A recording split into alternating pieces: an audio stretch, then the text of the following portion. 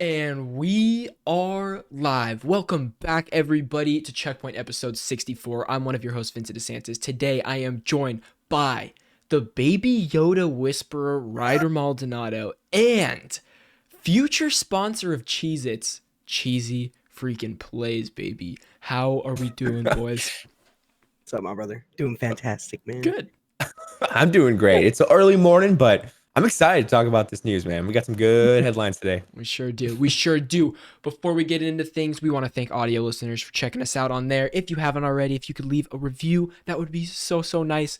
If you go on searches and search Strictly Casual, like on Google and stuff like that, our podcasts come up on Google services faster than our YouTube page does, actually. So, and you can listen to those right on Google Browse. Kind of nice. So if you want to give us some hits on the audio platforms, that helps a lot too. Thank you guys so much for doing that. Today, we're going to be talking about Ubisoft shifting focus to free-to-play games, Resident Evil breaking records, next-gen PlayStation VR, more Battlefield 6 news because I literally cannot get enough of it, and so we're adding it, and a couple more stuff. But before we get into that, boys, how are we doing? What have we been playing? Cheesy, we'll start with you. Picked up Resident Evil 8 this past week, along with Immortals Phoenix Rising, and of course the new Apex season, which has been phenomenal. So good. Yeah, man, just playing all the games all the time in the world. But Immortals Phoenix Rising actually surprisingly really good. I've actually enjoyed it. It feels like just a more of a cartoony Assassin's Creed almost. Okay. And it's a little more fun. Like not even like maybe like straight up to like the introduction scene where it says the title and everything. Yeah. Like you get everything you need in the game. Like it's pretty crazy. Like it bumps you up like almost immediately like to being like everything that's essential in the game that you need is up there like straight off the before the title sequence. All the tools. Yeah, nice. And then Resident Evil 8. Looks great, man. That game is it's a double cheeked up game, dude. he says, man. Oh, I'll just leave it at that. That game, it's fantastic. Nice. Like, it's great. Good. I've been doing a lot of Assassin's Creed Valhalla. That's kind of it. You know, in my spare time, I hop in there. I do a little side mission here and there. You know, it takes about 30 minutes just to walk across the map. So it's kind of like, you can only do one mission and that's it before it's like, well, I got to go to do my next thing. So a little bit of that. And then Battlefront 2. I've been playing Star Wars Battlefront 2, you know, on my kind of free time, a little bit on stream. But that's, you know, that's one of those games that you don't really need to do any much. You know, you hop in a lobby super fast and you're just vibing out with Star Wars lore and guns. So always a great time with that one. But that's about it. Love it. Yeah. Jumped into the new Apex season this week. The arena mode is so much fun. Cheese was frying and carrying me. Nice. And then I've been playing Days Gone. I'm about 10, 11 hours into Days Gone, and I've hit like a dip in the game to where it's like I haven't. There's not much story happening right now. I feel like I'm just going from location to location, and like I like the story. It's fine, but it's so. They start your freaking motorcycle off with no gas. You know what I mean? And so I'm always stuck with no gas in my motorcycle. I can't get anywhere. And it becomes literally I get no progress. It's just me trying to gas up my bike. And that has been really frustrating. I feel like you might have it. You might have it a little harder, it feels like. Because I never had one problem with my bike. Because all the little checkpoints, I think you start being accustomed to where the gas is. Sure, yeah. So you're just like, oh, gas is there, cool. And that's it, you know? Well, let me tell you. When I was streaming Days Gone, it came up with the message like 5 times, like, do you want to switch to easy difficulty? And I was like, wow, this is horrible. They really hate me, bro. But other than that, I bought Persona 5 Royale and it's downloaded, but I don't know when I have 125 hours to play that game, so I don't know when I'm gonna get to it. But we'll figure that out. We'll figure that out. Starting off today, guys, Ubisoft, however you want to call it, is shifting focus towards more free-to-play games. This comes from comicbook.com. Big changes seem to be in the works at Ubisoft as the publisher has confirmed plans to shift away from the number of AAA releases that it offers per year and more towards high-end free-to-play games. The publisher revealed these plans in a full-year earnings call. While the publisher will continue to produce AAA games, it will not focus on releasing 3 to 4 per year, instead putting more attention on the growing free-to-play market. This is a quote. In line with the evolution of our high-quality lineup that is increasingly diverse, we are moving on from our prior comment regarding releasing 3 to 4 premium AAAs per year, which we just heard about like recently, like in the last couple months. Said Ubisoft CEO Frederick Duguet it is indeed no longer a proper indication of our value creation dynamics. For example, our expectation for Just Dance and Ryder's Republic are consistent with some of the industry's AAA performers. What the hell is Ryder's Republic? I've never heard of it. Me neither. Easy? But they're listing this as one of their main AAA games. I don't know why. Like even Just Dance, like that seems a little older. It does seem a little older. Additionally, we are building high-end free-to-play games to be trending towards AAA ambitions over the long term. This is purely a financial communication evolution and doesn't change the fact that we continue to expect high cadence of content delivery, including powerful, premium, and free-to-play new releases. Did you just find out did someone find, what is it? It's like steep, but like more, I guess, like dirt road instead of like snow. It's like dirt bikes. It's like motor. Well, not really motorbikes, like bicycles, like bicycles and kind of skydiving and paragliding, surfing. Right? Something like that. Paragliding. Surfing's one of them too. Okay, so surfing, that's kind of cool. Surfing, dirt biking, and I remember the trailer for this. I just clicked the wrong button. There we go. Okay, Ryder's Republic. Yeah. I remember seeing the trailer for this. This is steep. Yeah, it's steep. Yeah, dirt steep. There already seems to be some debate regarding the interpretation of Ubisoft's comments. Nico Partners analyst Daniel Ahmed on Twitter, he's a king, believes that Ubisoft is merely elevating other parts of his business, while independent analysis Benji Sales, another incredible Twitter user, has argued that this is Ubisoft's move away from one direction to support another direction. Benji also stated that some investors seem to show concern about the new direction. Here's what I want to ask you guys. Okay. Ubisoft has like the big AAA games every year. You know what I mean? Like a lot. Yeah. They got the Assassin's Creed. What else do we got? The Watch Dogs was one. Like that's their big series. Yep. Watch Dogs. They can continue that. Far Cry. Far Cry. A new one's coming. Yep. Division. Right? Oh yeah. I mean, these are big games. So absolutely. Also, this is something to think about too. Ubisoft just announced that they're doing a free-to-play Division game called Hearthstone or Heartland or whatever it's called. Yeah. And so I don't know. Maybe I'm glad we're not getting a yearly Assassin's Creed. Maybe they like make those every other year and kind of, which they did for this last one, but kind of like make a better AAA game. I'm fine with them doing more free-to-play games because I think that is kind of a viable option. But I wouldn't trash your AAA games or do less of your AAA games. I don't know. What do you guys think? Cheesie, you can go first. I'm kind of like torn. Like free-to-play games have been like on the rise, with games like Warzone and Apex and stuff like that that like continue to be free, and it's just more like, hey, you want to buy the battle pass? That's how we make money off this. Yeah. But like, I don't know about you, man, but I love Assassin's Creed. I love my Far Cry stories. I love my Watch Dogs stories. Like, that's kind of like a big old like, we're not doing that no more. Like, it's kind of messed up. But I mean, I'm all for like whatever programming or like where the market goes. So if that's the direction they want to go in, I mean, free Assassin's Creed game, who knows? And I mean, they say high-end free-to-play games trending towards AAA ambitions, that's pretty cool. Yeah.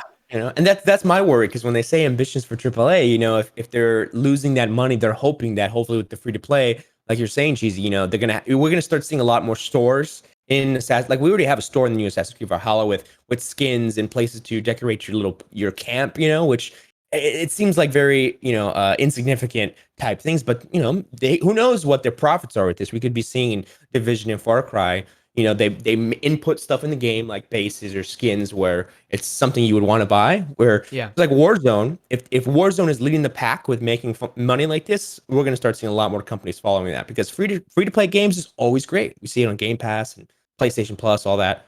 A lot more people can buy it, and it gives them more chance to hopefully get somebody to hop in the store. So maybe here's my my worry. It's great that they're doing free to play, but I feel like if they're going to do more free to play than AAA games where you have to buy it, the micro transactions are going to be a little more aggressive and not just cosmetic. They're not going to be just small cosmetic changes. They might progress you in the game or things like that. And that becomes like no fun to play. People are putting $100 into a game, you're putting zeros into a game, and the pay to win people are just going on. They kind of have that in Assassin's Creed already with resources.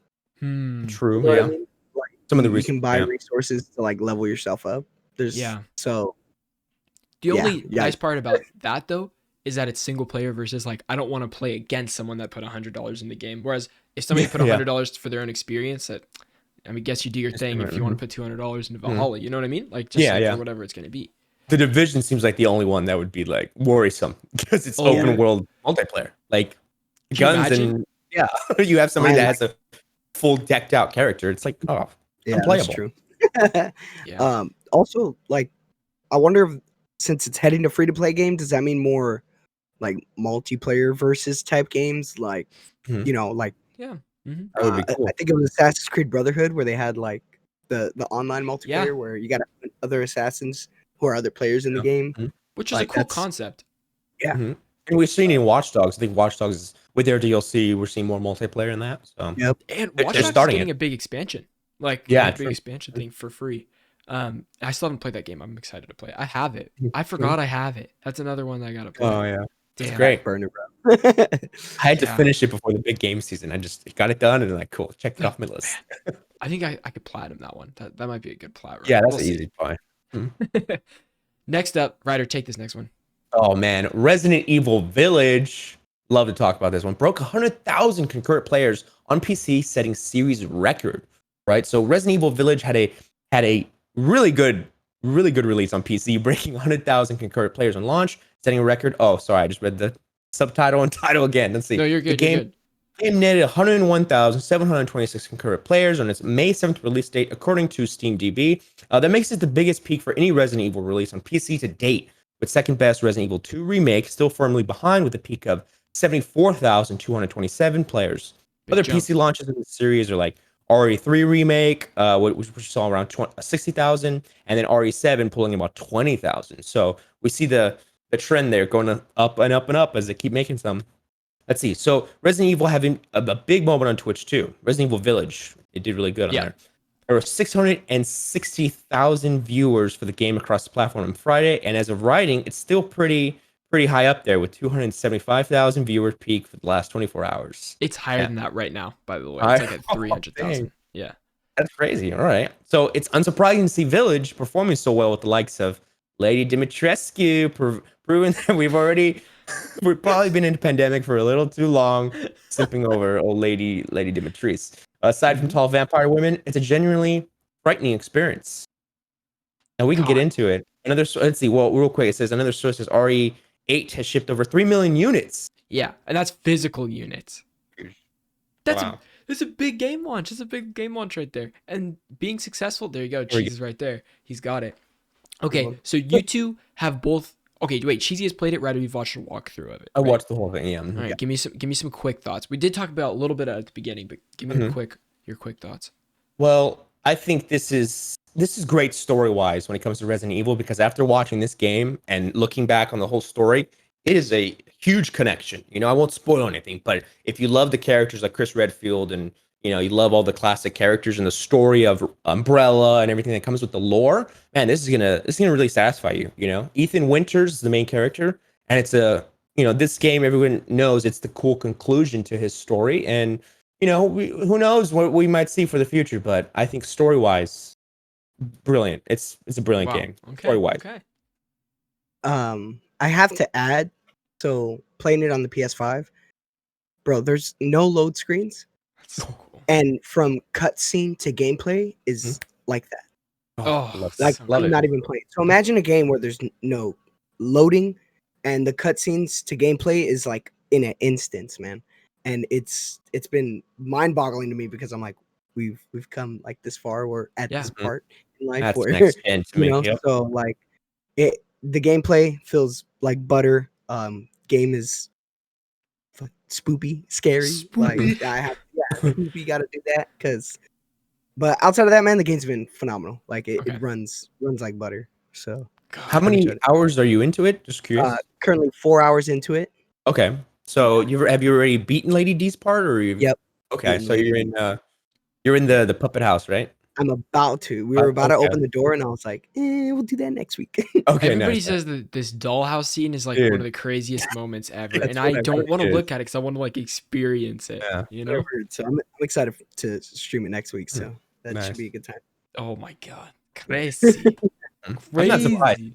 I am not surprised from these sales. And then people were talking like we could see a Resident Evil 4 remake happening, which I mean, after this, it's a complete successor. This game is like a successor to 4, apparently based on classic. So I'm sure 4 is going to get a remake, and then we're going to see maybe another. Another sequel to this, like RE9. You know, I don't think that this story is over in a sense. So, I need your guys' tips. Do I watch like an hour video explaining all of the lore up to 7, and then finish 7, and then play 8? Is that like my go-to here? I was gonna say at the start of Resident Evil 8, they're like, "Hey, do you want to recap what happened in Resident Evil 7?" What? Really? Yeah, like straight off the beginning. Like, nice. Yeah, like beginning of the game, it's like, would you like to recap what happened in 7? Okay. Part of me wants to like. I feel like I have to beat 7. Like we're 3 hours in now. Like I'm 3 hours in. We're a good chunk. Mm-hmm. It's like an 8-hour campaign, 7-hour campaign. Check out the recap, but definitely on your own time. I would say conquer it because that's just one of those you want to check off because it's such a huge game. Okay. But I definitely recommend though also looking up several like huge timeline explain videos because it talks every single game. Like even though they're so random and you have like Chris Redfield's the main character here and Leon is main, it's all the same story and it's all like inclusive. It's all continues on. So it's awesome. The whole thing. Gotta check it out. Too many games I want to play, bro. Not enough time. Every week. Every dang week. Cheesy, tell us about next gen PlayStation VR. Next gen PlayStation VR is 4K plus eye tracking and vibration. Coming from uploadvr.com. We don't know yet the product's name, but multiple sources have stated that Sony shared details with partners. Those details include a resolution of 4,000 by 2,040 pixels, 2 by 20 per eye. Whoa. So it's 2 by 2 for. Sorry, like 2K. It's 2K for each eye. It's 2K for each eye. That's insane. That's wild. A lens separation adjustment dial and gaze tracking capable of foveated rendering. A motor and headset can be used by developers to give direct haptic feedback. Which can you imagine? You have this baby on, and it's like, and you're getting shot, and it's just like punching your face, and you feel it. Oh, dude, it's so immersive. That'd be nuts. Sony previously confirmed that it is developing the next generation wired VR headset for the PS5 to release sometime after 2021 and revealed the controllers for the upcoming device with an analog stick and finger position sensing, plus resistive triggers and can push back at your fingers when pressed, as seen on the PS5's own DualSense 5 controller. Though this part of the speculation, it is possible that with the planned inclusion of foveated rendering, the perceived sharpness provided by the upcoming Sony headset might be much improved compared to the current systems by the way super sampling the area of focuses. Eye tracking can also dramatically change the sense of social connection made between avatars in VR. Generally speaking, the technology allows for subtle expression translating to more of a profound sense of actually being together with another person in a virtual world. Eye tracking could also be employed for other uses such as much better throwing mechanics that take into account what player is looking at when they release a virtual object. Now, wow, that's a lot. This is crazy because, all right, the eye tracking part gets me excited because most of these people that buy VR, yes, there's cool VR games that come out, but people just want to hop into like VR chat, dude. You know what I mean? That's true. And so if you're getting facial expressions and stuff from that, can you imagine like all the possibilities of like all these type of like VR lounge games where you're like literally just in a spot with other? It could get a little sketch. I'm not gonna lie. It's Ready Player One. We're getting there. Will we see that level of immersion in our lifetimes? I don't know. I don't know. Who knows? Or just ice in the veins, dude. Man. Like, yo, you good, man? I just looked up the Oculus Go, the new specs on that, and it's 2560 by 1440, which is just mind blowing to me because from reviews of this one, the brand new Oculus, which is apparently the best headset as of now, looks like, oh man, it's like super clear. You know, you have that full wraparound, so you're really immersed. But to think like this is almost it's twice that. I can't imagine the type, plus that the haptic. Haptic. Yeah. Haptic. It's horrible. I can't believe I said that. No, haptic. I think despite the screen resolution, a haptic feedback on your hands and your face is cool. Gonna be beyond anything. You know what I mean? Dude, it's gonna be so cool. It's wild. The only thing I wish this wasn't wired. Like I feel like we've gotten to the point where like a lot of things are wireless, but I think to make it wireless, that means the PlayStation wouldn't be able to render it. You would have to make all that rendering on the headset, and probably makes it double as expensive. And so it's chunkier, heavier. Yeah. You also gotta imagine, what was it? I think the Oculus Quest, right? That's the wireless one. They said that one was kind of like subpar compared to the Oculus like Rift itself. Like compared to the original wired one. Sure. So there is like a downgrade to it because it's not running off the system. So I mean, I'm ready for VR, bro. I'm ready to hop in. I kind of want to see somebody do like this would be like a funny video idea where you get your PS5, put it on your back, get like a big battery, and then plug in the PS5 to that, so you have the whole back of a whole giant thing. Yeah, there's sure. Yeah, I know a studio that did that with when the Oculus Rift originally came out. Yeah, they put a PC like backpack. It was hilarious. That's awesome. That's awesome. Yeah, I love it. Well, Battlefield 6, guys. I mean, we're just getting news every damn week. And I can't wait. Battlefield 6 will come to last gen consoles and is slated for holiday 2021 release. Okay, we were reporting just last week that it wasn't coming to last gen consoles, and now I guess it is. This comes from GameSpot. The game, which is being developed by longtime Battlefield developer DICE with help from Criterion, DICE LA, and EA Gothenburg. Is that German? The German studio? Gothenburg, probably. Gothenburg is slated to release during Q3 of EA's current fiscal year, which would have Battlefield 6 releasing between October 1st and December 31st, 2021, which is obviously it's going to be launching this time. This lines up with previous comments from EA, which stated the game would arrive holiday 2021. Battlefield 6 has been teased as being a return to all-out warfare for the series and is said to have the largest player count of any Battlefield game to date. This game is said to take full advantage of the Xbox Series X and PlayStation 5 consoles to bring massive battles to life, taking everything the franchise is known for to another level. It's for that reason rumors have circulated that the game may be looking to skip out on last generation consoles, but that does not appear to be the case. Quote, "It will be great on either console," EA's COO and CFO Blake Jorgensen said during the call, but specifically called the next-gen version of the game special. The game will also be coming to PC. Wilson said during the call that next-generation hardware allows for Battlefield to do more when it comes to player counts, in-game destruction, and physics, creating more only in Battlefield moments thanks to the increased processing power and memory output of the new consoles. Recent leaked images of Battlefield 6 reportedly revealed a return to a more modern setting, showing a rocket launch pad and a tropical island about to be engulfed in a massive storm. Did you guys see these photos, by the way? Oh, no. Oh, they were here? They're kind of giant. I don't even know does that link go to them? Oh, yeah, it does. Oh, it does. Sick. The game is set to be officially revealed in June. That would put the official reveal ahead of publisher's EA Play event, which is now scheduled for July 22nd. So my guess is we see it at E3, and then at EA Play event, we get like an extra trailer or something like that. Or maybe we get a little bit gameplay, maybe. We'll get a trailer during E3, and we have to wait 1 month for gameplay. That's probably my guess. Yeah. Makes sense.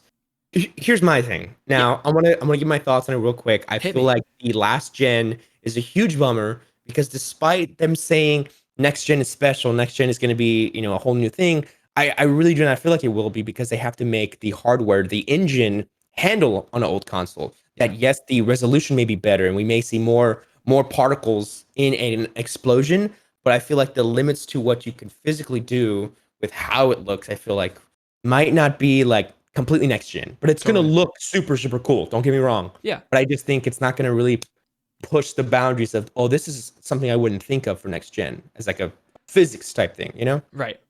I'm personally looking for more than just a 4K 60 upgrade on the next gen. I'm looking for like those Battlefield next gen graphics that we have never seen before, where we're looking at something and like that's like photorealistic. Like they go crazy. Even Battlefield 5 looks so good right now on last gen.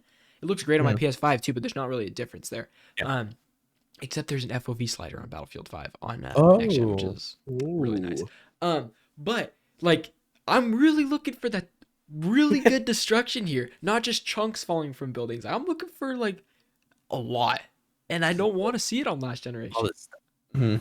But it makes sense for them to do it because money. I mean, everybody has a last gen console right now. So, but, I don't know. Cheese, what do you think? I'm excited, man. I'm excited for a new Battlefield. I think I'm hoping. It's kind of tough because I agree with Ryder. Like I think last gen does kind of keep it back from being at its best. But you know how that DICE engine runs, so maybe maybe there's like a tweak or something. Like maybe they like specifically because it's been like 2 years since the last Battlefield. So maybe they were like, hey, we're making this game for like last gen, and it's kind of this portion of it's focused on last gen, and then hey, we've kind of been working on this one for the next generation and PC. Yeah. Been cooking a little bit. Hopefully they can keep them like separate. I would hope, but who knows, man. But I'm excited. Absolutely. Stuff, dude. Should be delicious. Let me ask you real quick. So when do you guys think we will start seeing more like regular next gen exclusives? Like let's say next Call of Duty maybe, or do we see say like 2022, or it's only next gen? When do you think? I think Call of Duty reigns on the last generation for the next 4 or 5 years again. Really? Yeah, absolutely. How long did it take them for PS4, PS3 era? They were still they made like Black Ops 4 on the PS3 still. That's true. They were really? pushing it. Yeah, they were pushing it, man. Yeah. We were like way into next gen, like years. And it looked watered down, but you're right. Okay. It looked watered down, but maybe. Yeah, I don't know. I was really hoping Battlefield would start this like by like, okay, next gen only. Then other companies would be like, okay, we can do this too. We can do this too. And it's not to leave out the other people. It's just like here we are with the technology. We want to see the technology being used, baby. Let's push it. You also got to think like, so EA's pretty like money hungry. Dude, they made it all the way to FIFA 18 on the PS3 still. Wow. You know what I mean? Like, yeah, like if I'm not mistaken, I think it's 19 that was like the last one. Like they were like, hey, okay, so that's like 3 years or 4 years after the console. Yeah, so they were like, hey, like we can't do this anymore. Like, well, hey, now they're not on the PS4. I mean, on the PS3. Like, right. Yeah. So I mean, just 4 years like, after the PS4 came out. Yeah. So. And now they're like, oh, we can't launch on PS3, so let's launch on Switch now and get 2s out of 10s on our games. We'll take the L. Yeah. We're selling them. Anything for money, baby. For real. Anything for money. Ryder, give us a little bit about Gamescom. Ooh, this is an interesting one because, me and events. This is for all you event lovers out there. Gamescom is switching from a hybrid to all digital event. So we're going to start seeing this trend a lot with a lot more gaming companies. Oh, Vinnie already gets a thumbs down. Oh, you too. Okay. Let's get into it. The past year has been tough on physical events, as we all know. The ongoing COVID-19 situation prevented mass gatherings of large people, and as the pandemic starts to slow down and vaccines are starting to roll out, there are hope for some hybrid event plans. Gamescom 2021 was one of them, but the organizers have revealed they are now officially switching back to all digital for the events. The announcement comes after multiple event partners were not yet prepared enough to plan for physical conventions, even though the hybrid concept was very well received by the partners. We had to recognize that Gamescom still comes too early for many companies in this industry due to the required planning reliability, said Oliver Fries, the chief operating officer of Colin Mess. I guess, something like that. Very interesting word, company. One thing is absolutely clear, though. All those involved now need planning reliability. That's why we're going for purely digital Gamescom again this year, and with sufficient lead time, we will be able to offer the gaming community an even stronger online event at the end of August 2021. It's not exactly the most surprising news, considering every other gaming convention this year, like E3, also looked into plans for a hybrid structure, but ultimately decided to stick to an all-digital formula yet again. Here's what I like, is that they're trying. They're really trying to do these in-person events, and I think they know the value of doing in-person events because it's really cool. That's like, it's a thing. By going digital, you miss out on that excitement, that live excitement of it. But this is the safe option, and they're probably not going to sell as many tickets as they would have, you know what I mean, these last couple of years. So I understand. But I'm just really glad that they tried to do hybrid. And I really hope they try again next year and don't just go the easy digital way out. Yeah. What do you think, man? That's true. I agree with you. Like, I think it's just a matter of, like, handling the whole COVID situation. So, whatever works, to be honest. You see it, like, with everybody trying to, like, just adjust to everything in the pandemic. So, yeah. And here's my thing, Vincent, because I know you're saying maybe the next year they try, but I'm going to kind of disagree because I feel like we talked about E3 kind of dying off, and even Jeff Keighley. I feel like this was pre-COVID, kind of. They were like, I don't know, it's not really working out. But this digital event, I mean, who's not going to watch an E3 digital event, with all the stuff going on, PlayStation, all these shows?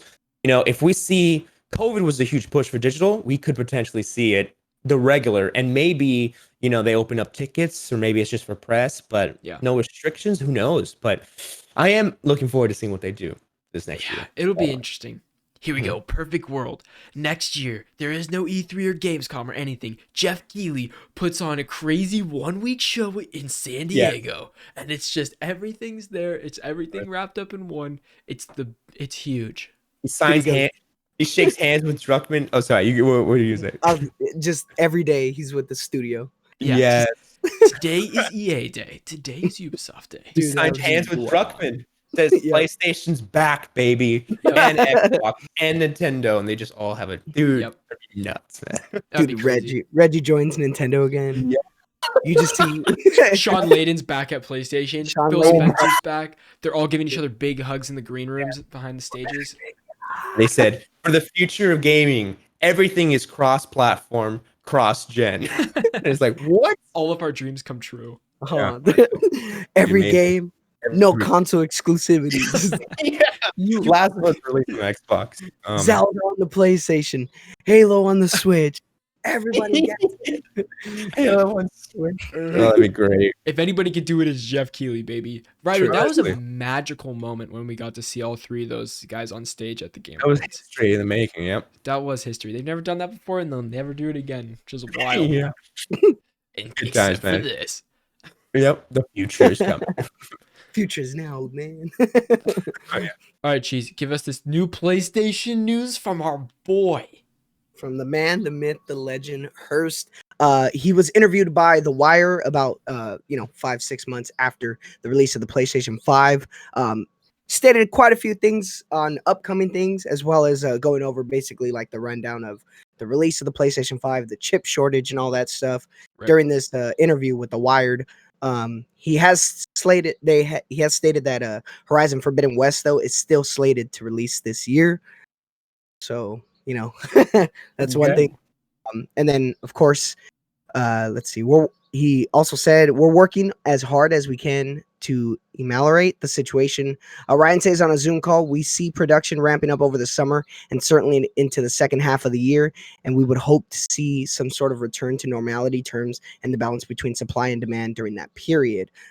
He was going on basically about how, PlayStation and its studios have pretty much all shifted back home to a company like work ethic with this whole COVID-19 and stuff like that. So he's pretty much saying like after the summer, they're hoping to hop back on board into getting people into the offices, into the development cycle, back to the grind, like 90-hour weeks, because that's how the PlayStation, that's how friggin' gaming industry works. All right. So there's that. But according to Herman Holst, the Guerrilla co-founder, who is Jim Ryan tapped to lead PlayStation Studios in 2019. The group has more than 25 titles in development for the PS5, and nearly half of them are new IPs. Wow. Which is mind-blowing because, I mean, if half are new IPs, that means the other half is some old IPs. And what do you want from those old IPs? You know what I want. It just fits in the name. I want Sly 5 for the PS5. Make it already. I'm tired of waiting. Sucker Punch. Damn it. Somebody clip it, post it, tag them. I need it. They're gonna invite us during an event. Yeah, we need you guys to announce this. Yeah. Oh my god, that'd be incredible. He also stated that there's an incredible amount of variety originating from different regions. Holst said from big, small, and different games. Ember Labs, which is the studio currently making Kena Bridge of Spirits, which looks fantastic, appears to have started to work on their next title as well, which will utilize the advantages of the PlayStation 5. So this is crazy. Ember Labs, is this going to be a big player pretty soon in the PlayStation? Like, I can see it. I can see. Let's think about this real quick. Kena's not even out yet. And if Sony's already funding them for their next game to use full advantage of the PS5, Kena must be real good. Kena's got to be at least like an 8 out of 10. Or you know what I mean? Yeah. It must promise for sure. And so thinking about games like Ken, I also looked up another PS5 game that looked like, I think Biomutant. Was that a game that's like highly anticipated? It feels like games like this and now Kenna are like finally next gen. So Cheese can tell you a little bit about Biomutant. Biomutant is absolutely blue balling. It is like the epitome of like, yo, like the trailer, the original gameplay for it all got me like, yo, this looks good. And it wasn't that good, to be honest. Like, it was pretty bad. Like, I mean, it's not out yet. Biomutant? What do you mean? No, sorry. I'm thinking of a different game. I am so sorry. World Kung Fu Fable RPG. Actually, it says release May 25th. Biomutant game coming out. It's coming out this month. That's the one you pre-ordered in 2017. Yes. Sorry, I'm thinking of a different game. Okay, it might be a different one, yeah. Sorry, there's a game that has on the front, it's a female, a pig, and a duck. Yeah. Okay. It's bio something. Okay. It's bio something, but that's the game I had in my mind. I was like, that game is awful. That game is horrible. But no, Biomutant looks fantastic. It looks incredible. It releases at the end of this month, and the game, every trailer. This is the polar opposite of what I just said, but yeah, every trailer, every YouTube video, every like gameplay that has been shown, every screenshot, this game looks fantastic. The customizability to it looks phenomenal. And now I'm bothered because I was shitting on this game real quick, but I meant this other game. Yeah, I got that has a pig and stuff. Okay. Also, I know what you're one talking thing about, but I don't know what it's called. Yeah. Also, one thing I can add that was also in this this article is Hearst actually, I guess 8 to 7 months ago, had went to Gorilla to see Horizon Zero Dawn. Did not go back for 8 to 7 months with the whole pandemic thing. And he said he went back recently, and he said it was like a Christmas present gift. And wow. Like he's a lot of work was done, huh? Yeah, so he was blown away from what he played before to whatever he played this past like couple months, I suppose. Okay. So that has me hyped for Horizon. Okay, trying to get the timeline here. We have Horizon Forbidden West, huge PlayStation exclusive, is coming out at the end of this year. So when is God of War projected to release? The same time? Well, it said this year, but it's 100% getting pushed to next year. And he also never covered any of that too. So he never covered God of War. So I'm just curious because I feel it. I think God of War gets a 2022 release, man. Spring, like summer? They're heavy hitter for Christmas. Yeah. We got we got a spring release for the first God of War. It was like a May or something release. Yeah. It was March, if I'm not mistaken. Yeah. Or February. Was it? One of those. I don't remember. Was it delayed? Wasn't it? I remember in the document, didn't they have to delay it just once, right? Yeah. Just one delay. Oh, what a great documentary. Holy cow. Yeah.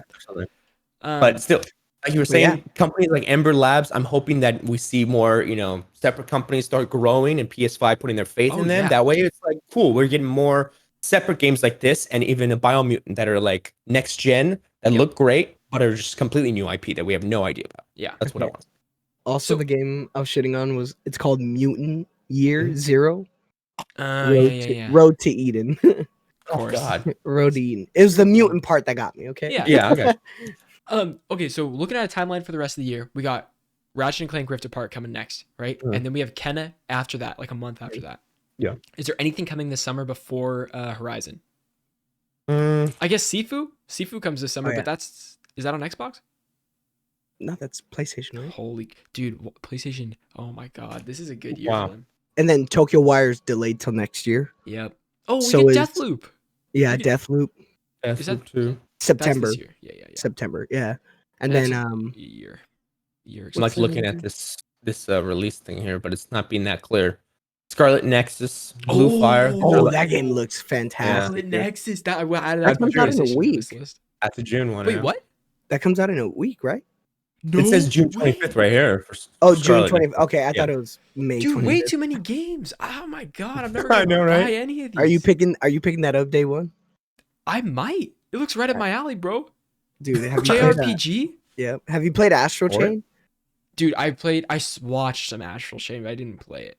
Okay, those are the vibes I'm getting, but a little more anime. Yeah, but I want to play that on my PS5. I don't want to play it on my. I don't really pick up my Switch to play long games like that. I usually play more, like I'm into Zelda on there. I'm into the Mario games and stuff like that, and I love my Switch for that. But like, I'm not gonna buy a $60 like experience on there. I think. Yeah, that makes sense. Also, on this schedule right here, something I'm excited for: Life is Strange, the new True Colors coming out in September, and the remaster of the first game is coming out the same day in September.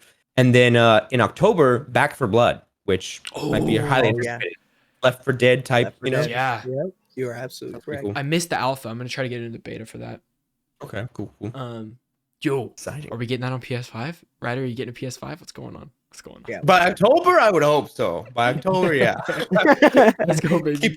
Chip shortage, my man. Chip shortage. Yeah. All right, who put the Square Enix financial report on here? I did. Go for it, Cheese. Take it. I did. Cool. Awesome. Square Enix posted their financial report. Nice. They've also stated pretty much in the direction in which they want to go after their Q4 fiscal year.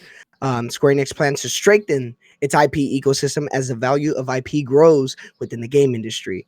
They hope to invest in new IPs for high-end platforms. They're also offering existing IPs across a broad range of formats, including phone, mobile, PC, everything you can imagine where you can play a game. That's where they're trying to get it on.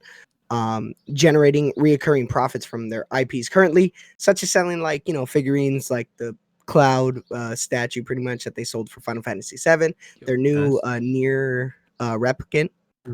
1.02347, whatever the numbers are. They hope to target multiple title releases per year. Which there was an update on Final Fantasy 16, but there was none. Square also looks to adjust and adapt its business with the ongoing COVID situation as well, as many studios are. I'm pretty sure every financial report is stating this, from Sega to Ubisoft to Square. I can just imagine everybody trying to work as best as they can. Also taking on new domains with how the environment changes. They were talking about a metaverse and NFTs. So wow, go crazy. Okay. Let's go crazy. Yeah. And so pretty much their digital sales skyrocketed, almost I want to say 50%, or it was a 56% increase, and pretty much grossed over $2.6 million. Wow. With their financial report. Yeah, man. So exciting to say the least. Yeah. That was just a quick rundown of their financial report, but awesome. Now, hearing this makes me think, with all the news that we've had today, it really feels like, and I know change is slow, but let me know if it's just me or if you guys feel it. I feel like the whole gaming industry on the back end, behind the scenes, is really changing. And of course, I know it's probably because of the pandemic, but the way they produce games and where they're putting them and how they're putting it seems like we're going to see more games on more platforms, more brand new IP, and it just feels like they're really pumping it out. And we could see a whole new era of gaming. It feels like it's true. We're in a limbo. We're in a limbo right now. Yeah. We're on the verge of it's about to hit, dude. Yeah. E3 is going to be the start of get excited for the next 5 years, hopefully. You know what I mean? Hype. Wow. Yeah. Absolutely. Do we get a God of War trailer during E3? Oh, a teaser? Yeah, I would, no doubt. A little, they could do a little thing. Yeah. A little CGI thing. I might cry. You know what I mean? Seriously. And we'll get that clip and we'll save it forever. I'm so excited. I'm so freaking excited. Oh my God. Then after they show God of War, they're going to be also, and then you're just going to hear the rattle of Sly Cooper. I was thinking in my head where we hear and it's Uncharted, and I'm like, no. Oh my God, that's true too. Sony San Diego. But you see, that's a good thing to bring up though, because after the report from The Wired, he said half are new IPs, half are old IPs. Considering that we've already got, I would take it that he's talking about Ratchet and Clank, God of War, Horizon, right? Those are the 3 as of now that I know of. They're also working on another Naughty Dog game. Yeah, sure. But that leaves, what are the other 8? A lot. Absolutely. There's a lot of classic stuff that we'll know about. I can't wait, dude. I can't wait. Let's pray. Exciting to say the least. I was also going to go over Sega financial report, but pretty much they covered up how they want to bring old IPs. Their old IPs, remaster, remakes, or HD versions of the games. From Crazy Taxi to Let's Go. Jet Set Radio, and many other titles. So that's kind of their shift in focus. Yeah. And of course, continuing their support towards Persona and various other games. So and Judgment, baby. You see, I want to play Judgment so bad. And they released the next one, sequel, Lost Judgment. Lost Judgment. It looks sweet. Yes, sir. I want to play a Yakuza game one day. Eventually, I'll get there. I'm gonna buy you just the full series, whatever the HD remaster is. I'll play them all. Let's go. Guys, let's jump into random fun stuff. We'll just hit these back to back to back to back. Number 1, all right. Call of the Sea is out now on consoles. I've seen some people stream it, and it looks really, really cool. And so if you're interested in puzzle games with co-op that are probably really frustrating and make you do a lot of communication, pick it up. It is like an indie studio, stuff like that, so you're going to want to check it out. Nice. Oh, show. Remnant from the Ashes gets a free PS5, Xbox Series X upgrade as well. Nice, cool. Moving Tencent, Timmy Studios, who made Honor of Kings and Call of Duty Mobile, has formed a strategic partnership with Xbox Game Studios. Now, you said this article was in Japanese, and I couldn't read it. I like that. I'm gonna be honest. I just read mainly the headline. It's perfect. All good, yeah. Right. Gabe Newell has teased either Valve or Steam games coming to consoles and says, quote, you will get a better idea of that by the end of the year. Yes. No clips. Oh, go ahead. Will we get the Half-Life collection on console? On console? I mean, it was on Xbox, right? Or the first Half-Life was on Xbox? That's true. So, who knows? No Clip's newest documentary is on the Dishonored franchise. So if you're curious about Dishonored, you want to see a full spoiler thing. But they cover up the studio on No Clip's newest documentary. You guys can check that out. Awesome. Final Fantasy VII Remake will remain an exclusive for another 6 months on the PlayStation. Interesting. So is that going to transition over to the console after that? Yeah. Okay. I think so. Game Pass Ultimate is $1 right now for 1 month, I'm assuming, on the Xbox Store. So 93% off. So if you want a month of Game Pass, can you buy it and save it? That would be awesome. That's true. What do you mean buy and save it? I just want to buy it for $1 and then use it when Infinite comes out, so I could say I played Halo Infinite for $1. Yeah, I think when you buy it, it starts the month. You know? Oh my god, it's rough. Unless they're selling codes. Ratchet and Clank has gone gold. Nice. No delays. Awesome. Hey, Insomniac, if you want, I'll take a review copy. I'll give you. We'll give you good reviews. We got people we could share. You know what I mean? We could do this. Send them this way. Oh, here we go. I don't know what this one means. I mean, I know what the words are, but I can't put it together. Call of Duty League goes back to LAN. Yes. LAN, what does that mean? So Call of Duty League has been all online. It's been like, they're at their own individual places, compounds. You have the Texas team in Texas, you got the LA teams in LA. But coming over this next couple of months, I believe they're heading back to LAN, which means events are back. However, the one thing they have stated is no crowds. Yeah. Only media, teams, and I guess family for the people who go. Oh, that's nice. Yeah. So sweet. Cool to see. Back to in person so they can yell at each other across the stage when somebody gets upset. Good moments. Yeah. Wow. And finally, the PlayStation 5 gets 2 new DualSense controller color options in both red and black. Okay, I'm going to give kind of a hot take right now. Uh-oh. I don't like this red. Like, I know a lot of people are like, oh, the red is really cool. But, like, if there's any color of red, that's, like, one of my least favorite shades of red. Even though it looks clean. It's a clean design. Like a pink almost kind of on the photo like here. The maroonish, right? It's like velvet. Yeah. Like the black looks gorgeous. The midnight black, they call it midnight black. I know. I'm like, it's like matte, which is like, oh. It's not glossy like the PS4. It's like matte black. Yeah. So good. With the blue glowing. Yeah. It looks good. Now they just need to sell the console like that color. Yeah, exactly. I know, right? And I think that's the one hard thing. They have to kind of match the color to the blue light, so it doesn't like look weird. Although I'm really looking forward to, they gotta do a blue and white controller. I feel like blue and white controller would look so good. Oh my gosh. I'm surprised they didn't do it with this one. Like, you have red, black, and blue. Why not? Yeah. Do you think PlayStation will sell plates like for your PS5? Eventually, hell yeah. But right now it's just third-party plates. Yeah. I did have a buddy get 2 black plates on his PlayStation, and it looked really good. His PS5. Nice. It's cool. It's good. Guys, that's going to be episode 64 of Checkpoint. Thank you guys so much for co-hosting with me. Appreciate you. Thank you for having me on. Appreciate it. Thank you for having me here, too. Any closing words you guys want to throw out before this episode ends? Enjoy gaming, because it's a good time. Enjoy it now that it's... Enjoy this transitioning period because we're about to hit the ground running. Life's going to go back to normal. So enjoy the peaceful time you have. Even though it might be a little hard.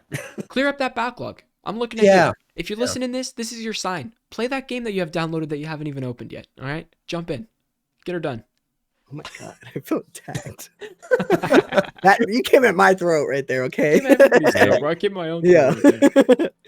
Yo, finish your backlogs. Play whatever on whatever console, whatever platform you decide to play on. Just enjoy games, man. Mm-hmm. That's something that a lot of people can't take away from you. So enjoy it. And on that note, thank you guys so much. We'll roll this outro. Twitch, chat. We will be right back. If you're on YouTube, thank you so much for watching. If you're on audio platforms, thank you so much for listening. Love you guys, and we will see you next.